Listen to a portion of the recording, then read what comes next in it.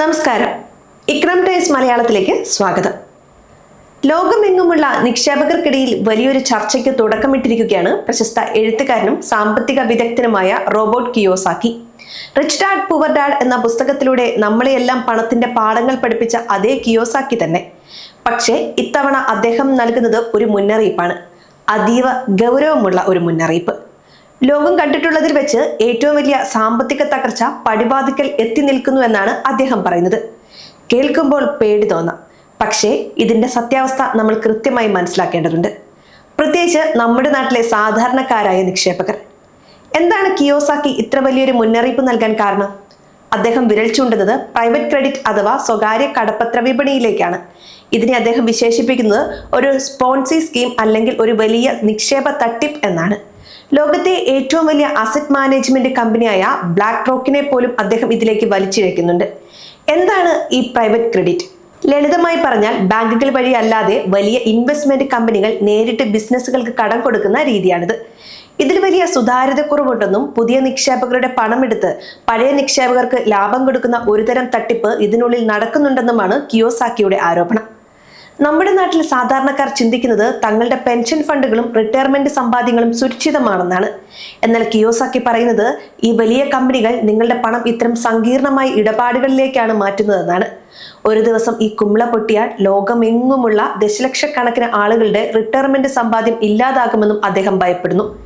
ഇതിനെ ശാസ്ത്രീയമായി നോക്കിയാൽ പലിശ നിരക്കുകൾ ഉയർന്നു നിൽക്കുന്ന ഈ സമയത്ത് കടം വാങ്ങിയ കമ്പനികൾക്ക് അത് തിരിച്ചടയ്ക്കാൻ പറ്റാതെ വരുമ്പോൾ ഇത്തരം ഫണ്ടുകൾ പ്രതിസന്ധിയിലാകും എന്നത് ഒരു വസ്തുത തന്നെയാണ്. കിയോസാക്കി നൽകുന്ന ഉപദേശം കേട്ടാൽ നിങ്ങൾ അമ്പരന്നു പോകും. ഒരു ദിവസം ഭക്ഷണം കഴിക്കാതെ ഇരുന്നിട്ടാണെങ്കിലും കുറച്ച് വെള്ളി വാങ്ങിക്കൂ എന്നാണ് അദ്ദേഹം പറയുന്നത്. ഇത് കേട്ട് ആരും പട്ടിണി കിടക്കണം എന്നല്ല അദ്ദേഹം ഉദ്ദേശിക്കുന്നത്, മറിച്ച് പേപ്പർ പണത്തെക്കാളും സങ്കീർണമായ നിക്ഷേപ പദ്ധതികളെക്കാളും വിശ്വസിക്കാൻ കൊള്ളുന്നത് സ്വർണവും വെള്ളിയും പോലുള്ള യഥാർത്ഥ ആസ്തികളാണെന്നാണ് അദ്ദേഹം ഓർമ്മിപ്പിക്കുന്നത്. ഡിജിറ്റൽ യുഗത്തിൽ കയ്യിൽ തൊടാൻ പറ്റുന്ന ആസ്തികൾക്ക് വലിയ വിലയുണ്ടെന്ന് അദ്ദേഹം വിശ്വസിക്കുന്നു. ഇന്ത്യയിലെ സാധാരണക്കാരായ നമ്മളെ സംബന്ധിച്ച് ഇതിൽ വലിയൊരു പാഠമുണ്ട്. നമ്മൾ പലപ്പോഴും ബാങ്കുകളോ ഇൻഷുറൻസ് കമ്പനികളിലോ പണം ഏൽപ്പിക്കുമ്പോൾ അവർ അത് എവിടെയാണ് ഉപയോഗിക്കുന്നതെന്ന് അന്വേഷിക്കാറില്ല.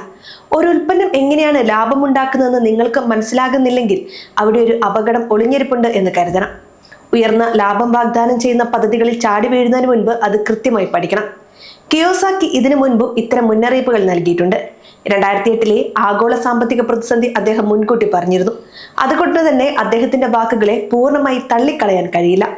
അമേരിക്കയിലെ കടബാധ്യതകൾ റെക്കോർഡ് നിലയിലെത്തിയതും ചൈനയിലെ സാമ്പത്തിക മാന്ദ്യവും എല്ലാം കൂട്ടി വായിക്കുമ്പോൾ കിയോസാക്കി പറയുന്നതിൽ കാര്യമുണ്ടെന്ന് പല സാമ്പത്തിക വിദഗ്ധരും കരുതുന്നു. പ്രൈവറ്റ് ക്രെഡിറ്റ് വിപണി എന്നത് ഏകദേശം $1.7 ട്രില്യൺ വലിയൊരു ലോകമാണ്. ഇതിൽ ചെറിയൊരു വിള്ളൽ വീണാൽ പോലും അതിന്റെ ആഘാതം ഇന്ത്യയിൽ ഉൾപ്പെടെയുള്ള വിപണികളിൽ പ്രതിഫലിക്കും. നമ്മുടെ സമ്പാദ്യം എങ്ങനെ സംരക്ഷിക്കാം?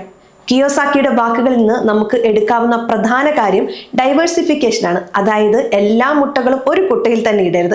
മ്യൂച്വൽ ഫണ്ടുകളിലും ഓഹരികളിലും നിക്ഷേപിക്കുന്നതിനൊപ്പം തന്നെ സ്വർണം, വെള്ളി അല്ലെങ്കിൽ റിയൽ എസ്റ്റേറ്റ് തുടങ്ങിയ ആസ്തികളിലും ഒരു ചെറിയ ഭാഗം സൂക്ഷിക്കുന്നത് സുരക്ഷിതമായിരിക്കും.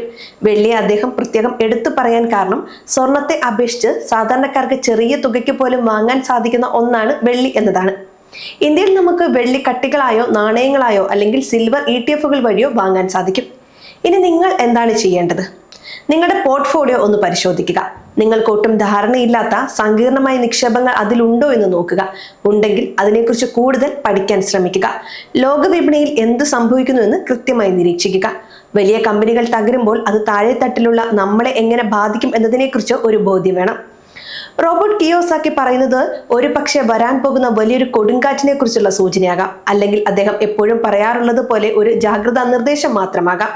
എന്തായാലും കണ്ണടച്ചിരുട്ടാക്കാതെ സാമ്പത്തിക കാര്യങ്ങളിൽ കുറച്ചുകൂടി ശ്രദ്ധ ചെലുത്തേണ്ട സമയമാണിത്. പണം എവിടെ ഇടണം എന്ന് തീരുമാനിക്കുന്നത് നിങ്ങളാണ്. അതുകൊണ്ട് തന്നെ ഇതിന്റെ റിസ്ക്കും നിങ്ങൾ അറിഞ്ഞിരിക്കണം. ഈ വീഡിയോ അറിവിലേക്കായി മാത്രമുള്ളതാണ്. ഇതിൽ പറയുന്ന കാര്യങ്ങൾ ഒരു നിക്ഷേപ ഉപദേശമായി കാണരുത്. നിങ്ങളുടെ പണം എവിടെയെങ്കിലും ഇടുന്നതിന് മുൻപ് കൃത്യമായി പഠിക്കുകയോ ഒരു സാമ്പത്തിക വിദഗ്ധനുമായി ചർച്ച ചെയ്യുകയോ ചെയ്യേണ്ടതാണ്. വിപണിയിലെ നിക്ഷേപങ്ങൾ എപ്പോഴും നഷ്ടസാധ്യതകൾക്ക് വിധേയമാണ്.